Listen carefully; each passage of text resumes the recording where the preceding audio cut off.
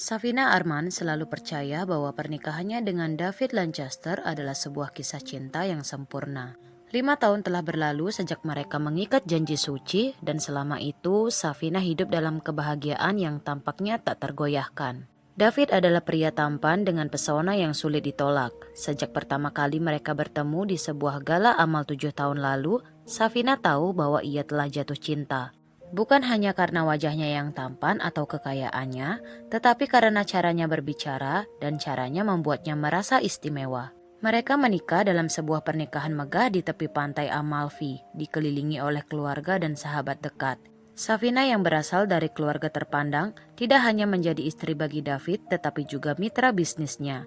Ia membantu mengelola keuangan Lancaster Corp, perusahaan milik suaminya yang bergerak di bidang properti dan investasi. Setiap pagi mereka sarapan bersama di ruang makan yang luas dengan pemandangan kota yang indah. David selalu memberikan ciuman di keningnya sebelum pergi bekerja dan sesekali mengiriminya pesan singkat di siang hari. "Aku mencintaimu sayang, jangan lupa makan siang." Safina tersenyum setiap kali membaca pesan itu. Ia percaya bahwa suaminya adalah pria yang setia.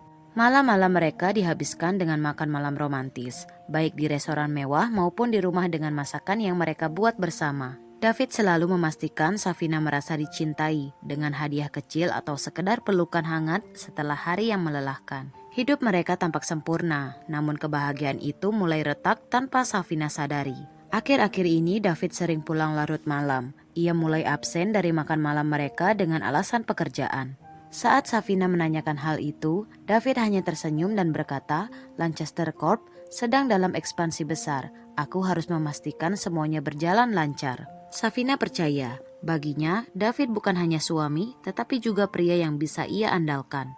Ia tidak tahu bahwa di balik senyum suaminya, tersembunyi sebuah pengkhianatan yang kelak akan menghancurkan hidupnya. Beberapa bulan terakhir ada sesuatu yang berubah dalam hubungan mereka. David semakin sibuk, ia sering pergi lebih awal dan pulang larut malam.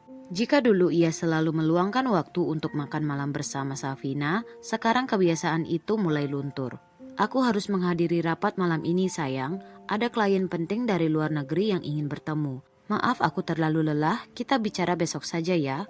Alasan-alasan itu terus keluar dari mulut David dan Safina menerimanya tanpa curiga. Ia memahami bahwa bisnis Lancaster Corp sedang berkembang pesat dan wajar jika David harus bekerja lebih keras.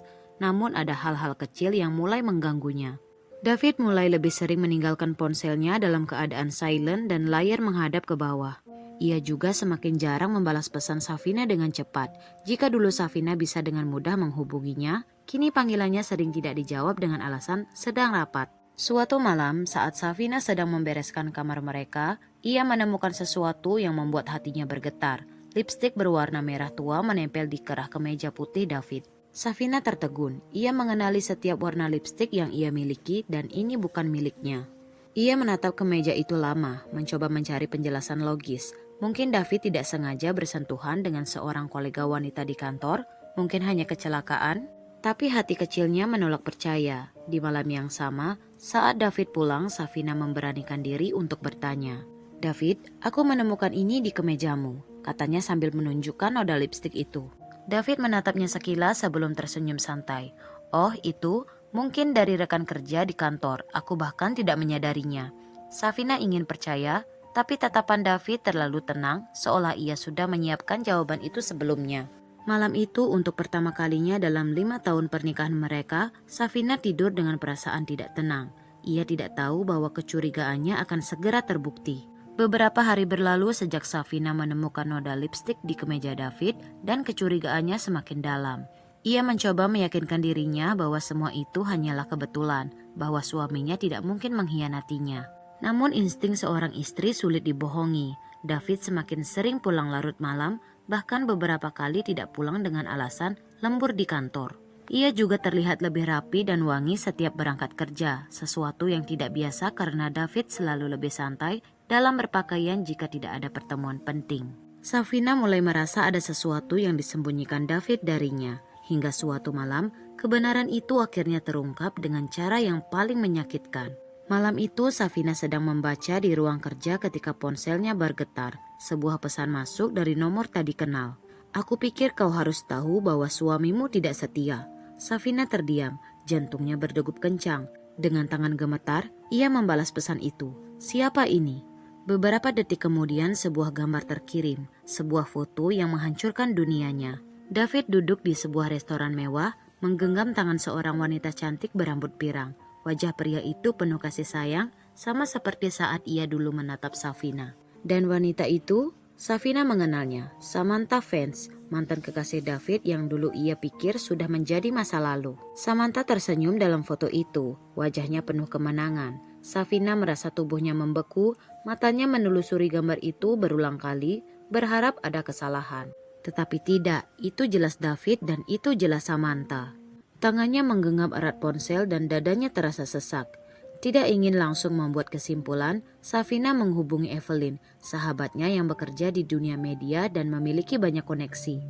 Eve, aku butuh bantuanmu. Aku perlu tahu di mana David malam ini. Tidak butuh waktu lama bagi Evelyn untuk memberikan jawaban. Dia ada di Hotel Grand Royal kamar 509. Safina menutup telepon, wajahnya tidak menunjukkan air mata atau kepedihan, yang ada hanya tatapan dingin penuh ketegasan. Tanpa ragu ia mengambil kunci mobil dan melaju ke hotel itu. Safina tidak akan menangis malam ini. Malam ini ia akan menghadapi pengkhianatan itu dengan mata kepala sendiri. Safina tidak ingat bagaimana ia sampai di depan pintu kamar 509 di Hotel Grand Royal. Yang ia tahu dadanya terasa sesak dan tangannya mengepal kuat di sisi tubuhnya. Kakinya hampir gemetar tetapi ia menahannya. Tidak boleh ada kelemahan. Dengan napas panjang, ia menggesek kartu akses yang diam-diam ia dapatkan dari resepsionis. Pintu terbuka dengan suara klik pelan. Dan di sanalah suaminya, David Lancaster, pria yang ia percayai sepenuh hati, duduk di tepi ranjang dengan hanya mengenakan celana panjang. Di sebelahnya seorang wanita berambut pirang panjang bersandar manja di bahunya, Samantha Vance. Waktu seakan berhenti. David menoleh ke arah pintu, matanya membelalak saat melihat Safina berdiri di sana.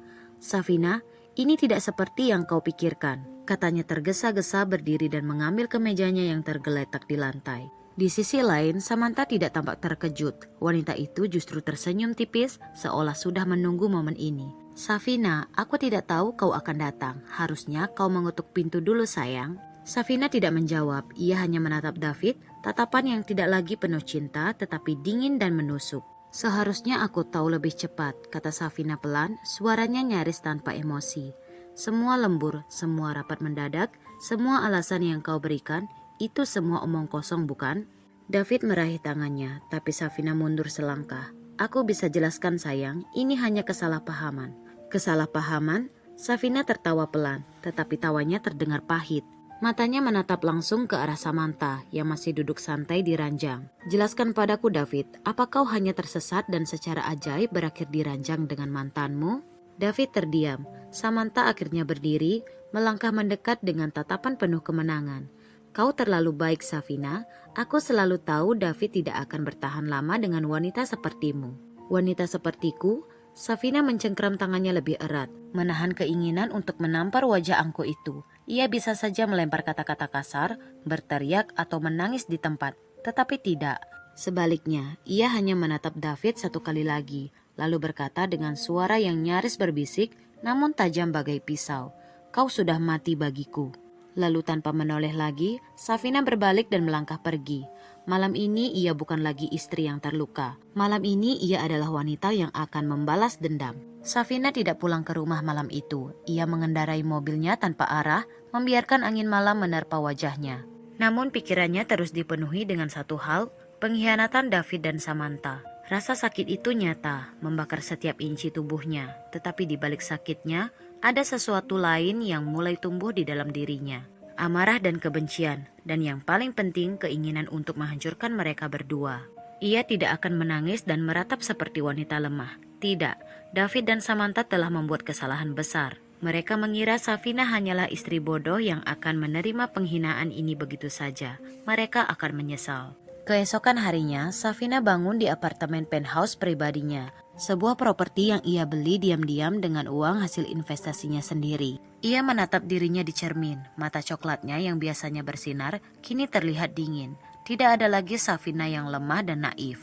Hari ini ia akan mulai merencanakan kehancuran David. Sebagai istri, ia telah banyak membantu Lancaster Corp, mengembangkan bisnisnya, tetapi yang tidak David sadari adalah bahwa Safina memiliki akses ke hampir semua aset dan keuangan perusahaan. Safina akan menghubungi pengacaranya yang bernama Leo, seorang pria yang sudah lama bekerja dengannya. Leo, aku ingin mengajukan gugatan cerai dan aku ingin memastikan David tidak mendapatkan apapun. Leo terdiam sejenak di telepon sebelum bertanya dengan hati-hati. Apa kau yakin akan mengambil jalur ini, Safina? Aku lebih yakin daripada apapun dalam hidupku. Baik, aku akan mulai mengurus semuanya, tapi kau tahu ini akan menjadi perang besar, bukan? Safina tersenyum dingin. Bagus, karena aku tidak berniat kalah. Sementara itu, David duduk di kantornya, kepalanya terasa berat setelah semalaman tidak bisa tidur. Safina tidak pulang, ia juga tidak mengangkat telepon atau membalas pesannya. David mulai merasa tidak tenang, ia tahu istrinya bukan wanita biasa. Jika Safina diam, itu berarti ia sedang merencanakan sesuatu, dan itu tidak pernah menjadi pertanda baik. Safina tidak akan terburu-buru dalam balas dendamnya. Ia akan menyerang David secara perlahan, membuatnya merasakan kejatuhan sedikit demi sedikit, hingga akhirnya tidak ada lagi yang tersisa untuknya. Dan hari ini ia akan memulai serangan pertamanya, menghancurkan keuangan David. Safina tahu bahwa Lancaster Corp tidak akan sebesar sekarang tanpa bantuannya. Sebagai istri, ia terlibat dalam hampir semua aspek keuangan perusahaan, mulai dari investasi, saham, hingga koneksi dengan investor besar. Tetapi David tidak tahu satu hal penting. Safina memiliki kendali lebih besar dari yang ia sadari. Siang itu, Safina duduk di kantornya, membuka laptopnya dan mulai bekerja, menarik investasi. Safina memiliki hubungan dekat dengan banyak investor Lancaster Corp. Dengan satu panggilan telepon, ia mulai meyakinkan beberapa dari mereka bahwa Lancaster Corp sedang tidak stabil dan beresiko untuk investasi jangka panjang. Hasilnya, dalam hitungan jam, beberapa investor mulai menarik dana mereka. Rencana Safina selanjutnya adalah membekukan aset rahasia David. Safina tahu bahwa David memiliki beberapa rekening di luar negeri untuk menyimpan uang pribadinya. Melalui pengacaranya, ia berhasil membekukan sebagian besar dana tersebut. Setelah selesai dengan itu, Safina menghancurkan kredit David, menggunakan aksesnya ke akun bisnis mereka. Safina mengatur agar beberapa pembayaran penting terlambat dilakukan. Lancaster Corporation mulai terlihat tidak stabil secara finansial di mata para bank dan kreditor. Dalam hitungan hari, reputasi keuangan David mulai goyah. Ia mulai menerima panggilan dari bank dan investor yang mempertanyakan mengapa ada dana yang tiba-tiba ditarik dan mengapa pembayarannya ditunda. David begitu panik. Ia tahu sesuatu sedang terjadi, tetapi belum menyadari siapa dalangnya. Dan ini baru langkah pertama. Safina tidak akan menghancurkan David saja. Safina tidak melupakan wanita yang telah merebut suaminya. Samantha Vance harus merasakan akibat dari perbuatannya.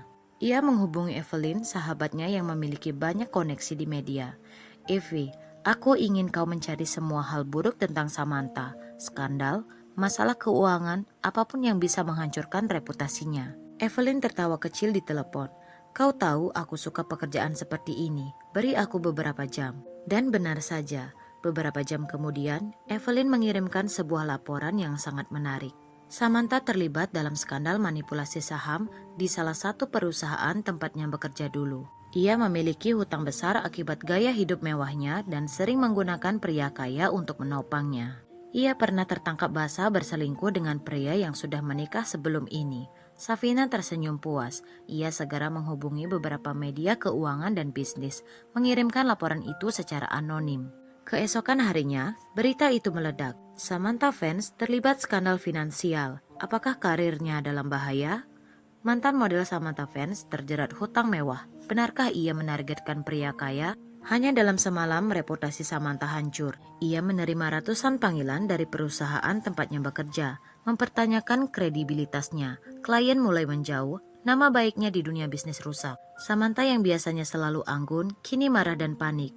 Ia mencoba menelepon David untuk meminta bantuan, tetapi saat itu David sudah cukup sibuk dengan masalahnya sendiri. Saat ini David mulai kehilangan kendali. Di kantor Lancaster Corporation, David mulai merasakan tekanan yang luar biasa. Para investor mulai menarik diri. Bank menolak permintaan pinjaman baru karena catatan keuangannya mulai goyah. Media mulai menulis spekulasi tentang ketidakstabilan Lancaster Corporation. David menghabiskan sepanjang hari mencoba memadamkan api yang menyala di sekelilingnya. Tetapi semakin ia mencoba, semakin situasinya memburuk.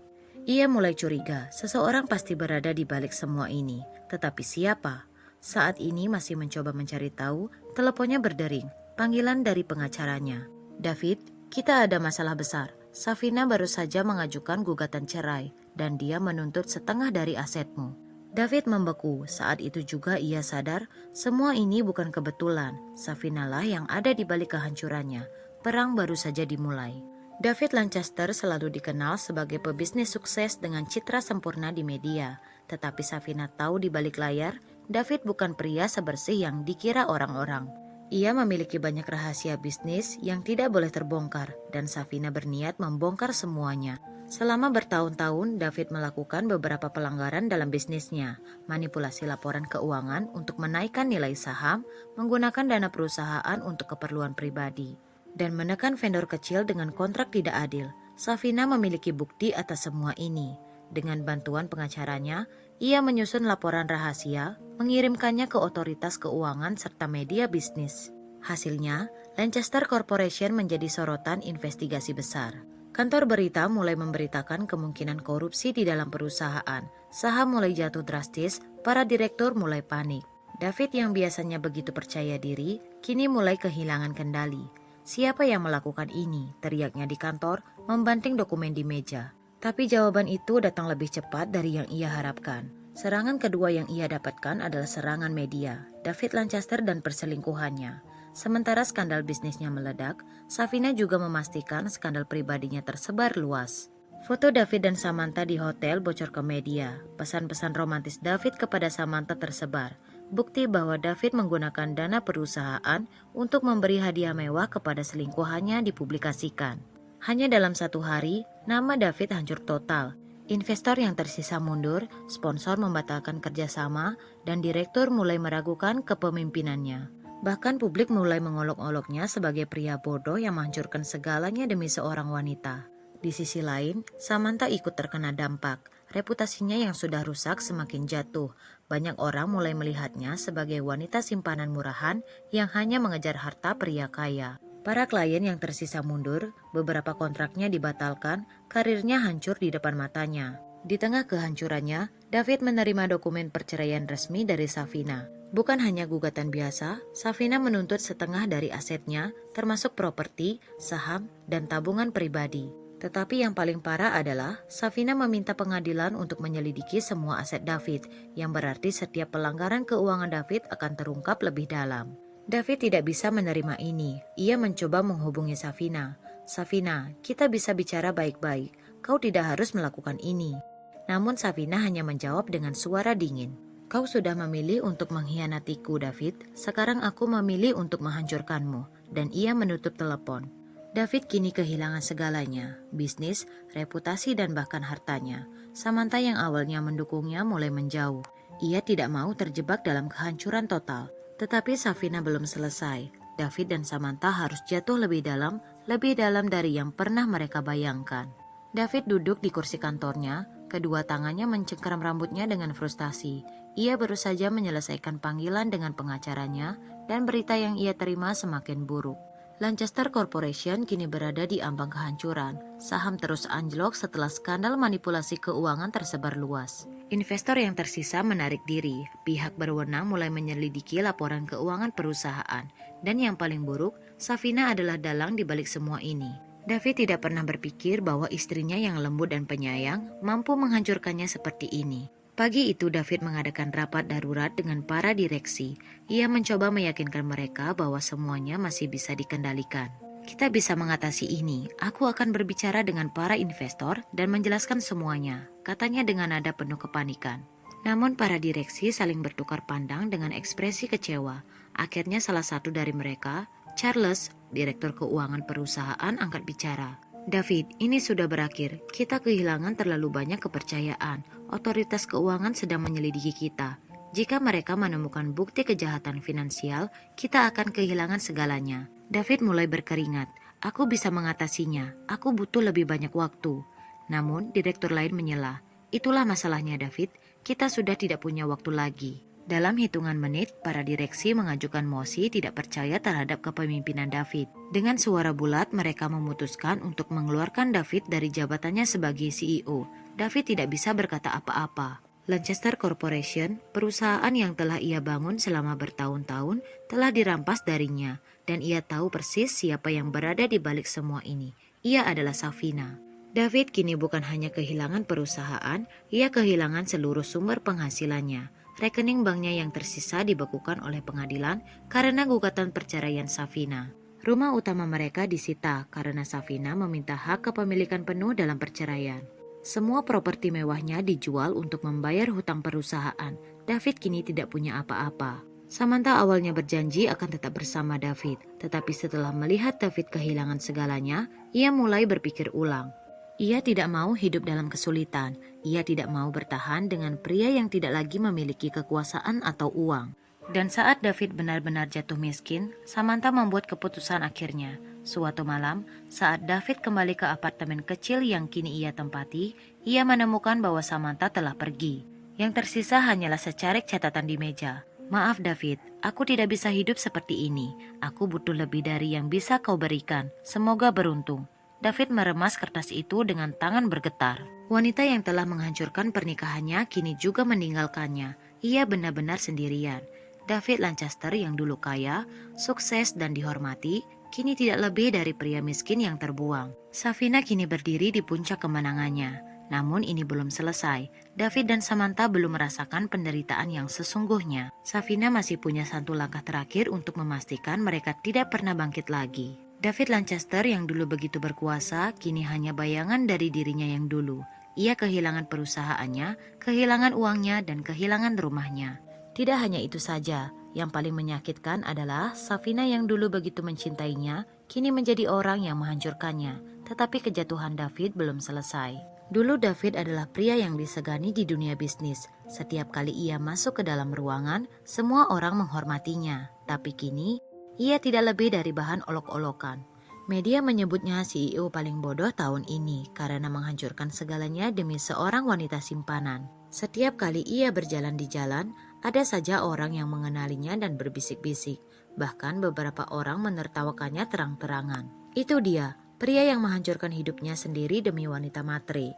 David hanya bisa menundukkan kepala, merasa dipermalukan di setiap langkahnya. Safina memastikan bahwa David tidak punya kesempatan untuk bangkit kembali. Ia menggunakan koneksinya untuk memblokir setiap peluang kerja bagi David. Semua rekening yang tersisa dibekukan oleh pengadilan karena gugatan perceraian yang belum selesai. Hutang mulai menumpuk karena tuntutan hukum dari para investor yang merasa dirugikan. Dalam waktu singkat, David benar-benar bangkrut. Ia terpaksa tinggal di sebuah apartemen sempit dan kotor di pinggiran kota, jauh dari kehidupan mewahnya dulu. Di lain tempat, Safina duduk di ruangannya, menyesap segelas anggur merah dengan santai. Di hadapannya, Samantha berdiri dengan ekspresi penuh ketakutan. "Jadi kau ingin bekerja denganku?" tanya Safina, matanya penuh permainan. Samantha menelan ludah, merasa seperti tikus yang terjebak dalam perangkap. Ia tidak punya pilihan, tidak ada uang, tidak ada tempat tinggal dan dunia sudah membencinya. Aku butuh pekerjaan," gumamnya. "Aku bersedia melakukan apa saja." Safina menyandarkan tubuhnya ke kursi, tersenyum sinis. "Apa saja?" Samantha mengangguk, ia rela melakukan apapun demi bertahan hidup. Safina berpura-pura berpikir sejenak sebelum akhirnya berkata, "Baiklah, kau bisa mulai bekerja sebagai asisten pribadiku, tetapi ada satu syarat." Samantha mengangguk kepalanya. "Syarat?" Safina menatap langsung ke matanya dan berkata dengan suara dingin, "Kau harus menjadi saksi dalam kasus hukum melawan David." Samantha terdiam, wajahnya langsung pucat. "Aku harus mengkhianati David?" Safina tersenyum. "Bukankah kau sudah mengkhianatinya dengan meninggalkannya? Ini hanya langkah berikutnya." Dan saat itu juga Samantha tahu bahwa ia telah masuk dalam permainan yang jauh lebih besar, tetapi ia tidak punya pilihan. Beberapa waktu kemudian, David duduk di kursi kayu ruang persidangan dengan wajah penuh tekanan. Matanya cekung. Wajahnya tak lagi memancarkan ketampanan dan kepercayaan diri seperti dulu. Hari ini adalah hari penentu nasibnya. Di depannya Safina duduk anggun dengan tatapan penuh kemenangan. Namun yang membuat David lebih terkejut adalah sosok yang kini berdiri di kursi saksi, Samantha, wanita yang dulu ia pilih daripada Safina, wanita yang dulu ia pikir akan selalu setia padanya. Kini ia berdiri di sisi musuhnya. Safina tersenyum tipis saat Samantha mulai berbicara di bawah sumpah. Tuan David Lancaster sering memanipulasi laporan keuangan perusahaannya, kata Samantha dengan suara jelas.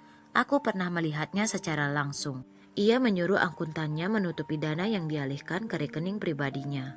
Bisakah Anda jelaskan lebih detail? Tanya jaksa. Samantha mengangguk. David menggunakan uang perusahaan untuk membiayai gaya hidup mewah kami. Liburan, apartemen, mobil mewah, semua berasal dari uang ilegal.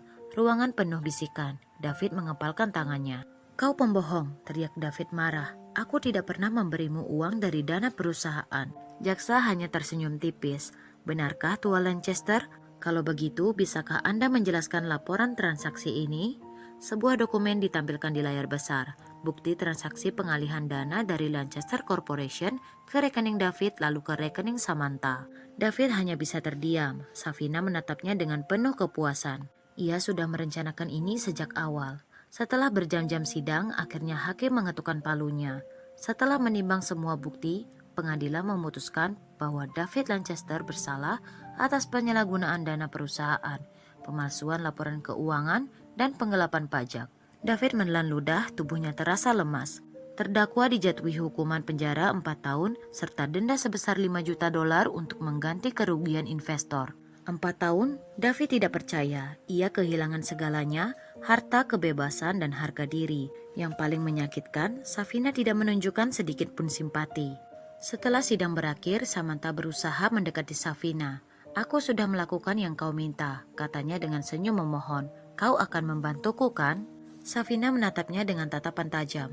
Membantu? Aku tidak pernah menjanjikan itu. Samantha terbelalak. Tapi kau bilang aku bisa bekerja untukmu. Safina tersenyum dingin. Aku hanya bilang kau bisa jadi saksi. Aku tidak pernah mengatakan aku akan menyelamatkanmu. Samantha merasa dunianya runtuh. Safina melangkah mendekat dan berbisik di telinganya. Sekarang kau bukan siapa-siapa. Sama seperti David, aku hanya memastikan kalian berdua hancur.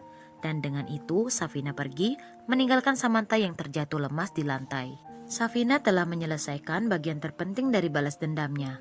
Tetapi masih ada satu langkah terakhir. David Lancaster kini tidak lebih dari seorang narapidana. Ia kehilangan kebebasannya, kekayaannya, dan reputasinya semuanya hilang. Namun penderitaannya baru saja dimulai. David yang dulu terbiasa hidup mewah, kini harus tinggal di sel sempit dengan tembok dingin dan kasur keras. Ia tidak lagi memakai jas mahal, melainkan seragam oranye yang membuatnya terlihat seperti tahanan biasa. Para narapidana lain tidak peduli siapa dia dulu. Yang mereka tahu, David adalah pria kaya yang jatuh miskin, dan bagi mereka itu alasan untuk mempermalukannya. Di kantin penjara, seseorang menjegal kakinya hingga ia terjatuh. Hei, bukankah ini CEO bodoh yang kehilangan segalanya demi wanita? Hahaha. Gelak tawa bergema di sekelilingnya. David hanya bisa mengepalkan tangan, menahan amarah dan rasa malu. Ia tidak bisa melawan dan ia tidak punya kuasa lagi. Sementara itu, Samantha juga mengalami kehancuran yang sama. Setelah dikhianati oleh Safina, ia mencoba mencari pria kaya lain untuk menopangnya, tetapi tidak ada yang mau mendekatinya. Skandalnya sudah menyebar ke seluruh negeri. Semua orang tahu bahwa ia adalah wanita yang menghancurkan pernikahan seseorang, hanya untuk akhirnya membuang pria itu juga. Tidak ada pekerjaan, tidak ada rumah, tidak ada siapa-siapa. Ia terpaksa tinggal di motel murah, menghabiskan sisa uangnya sedikit demi sedikit. Sampai akhirnya tidak ada lagi yang tersisa. Di suatu malam yang dingin, ia terduduk di trotoar, mengemis kepada orang-orang yang lewat. Namun tidak ada yang peduli. Dulu ia memandang rendah orang miskin. Kini ia adalah salah satu dari mereka. Sementara David dan Samantha tenggelam dalam penderitaan, Safina menikmati hidupnya yang baru. Ia telah berhasil membangun perusahaannya sendiri, bahkan lebih besar dari Lancaster Corporation dulu. Ia berdiri di puncak bisnis dengan kekuatan dan pengaruh yang lebih besar dari sebelumnya. Di tangannya ada segelas anggur merah. Ia menatap layar televisi yang menampilkan berita tentang David Lancaster, mantan CEO yang kini menjadi narapidana miskin. Safina tersenyum. Akhirnya kau merasakan apa yang dulu kau lakukan padaku, David. Balas dendamnya telah sempurna dan ia tidak akan menoleh ke belakang lagi. David Lancaster tak lagi memiliki apapun. Di balik jeruji, ia hanya bisa mengenang kehidupannya dulu, hidup sebagai pria kaya, berkuasa dan dicintai. Sekarang, ia sendirian, tak ada yang menjenguknya, tak ada yang peduli. Dan lebih menyakitkan lagi, wanita yang dulu ia sia-siakan kini menikmati kehidupan yang seharusnya menjadi miliknya. Setiap hari di penjara terasa seperti neraka. David mulai mengalami depresi. Ia tidak bisa tidur, mimpi buruk menghantuinya setiap malam.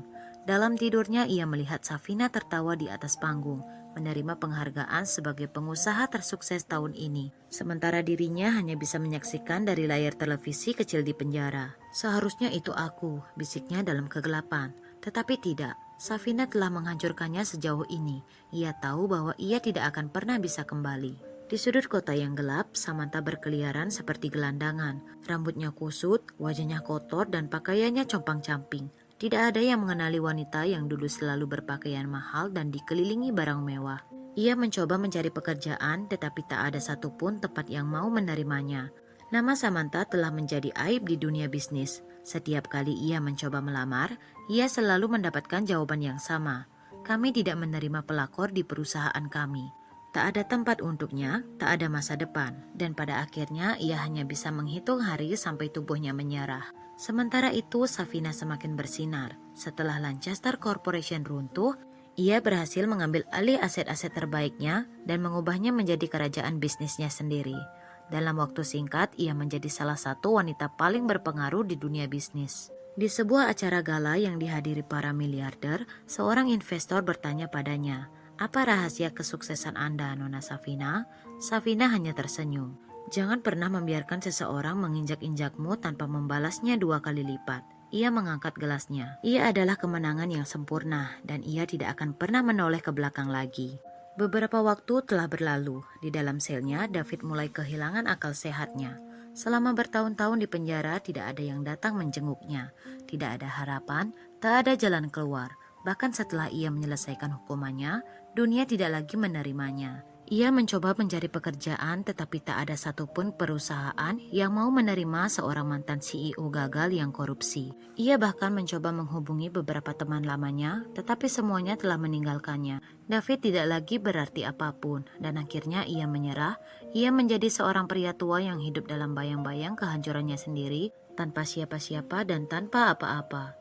Sementara itu, Samantha tidak pernah berhasil bangkit kembali. Setelah bertahun-tahun hidup di jalanan, wajahnya yang dulu cantik mulai berubah kusam dan tua sebelum waktunya.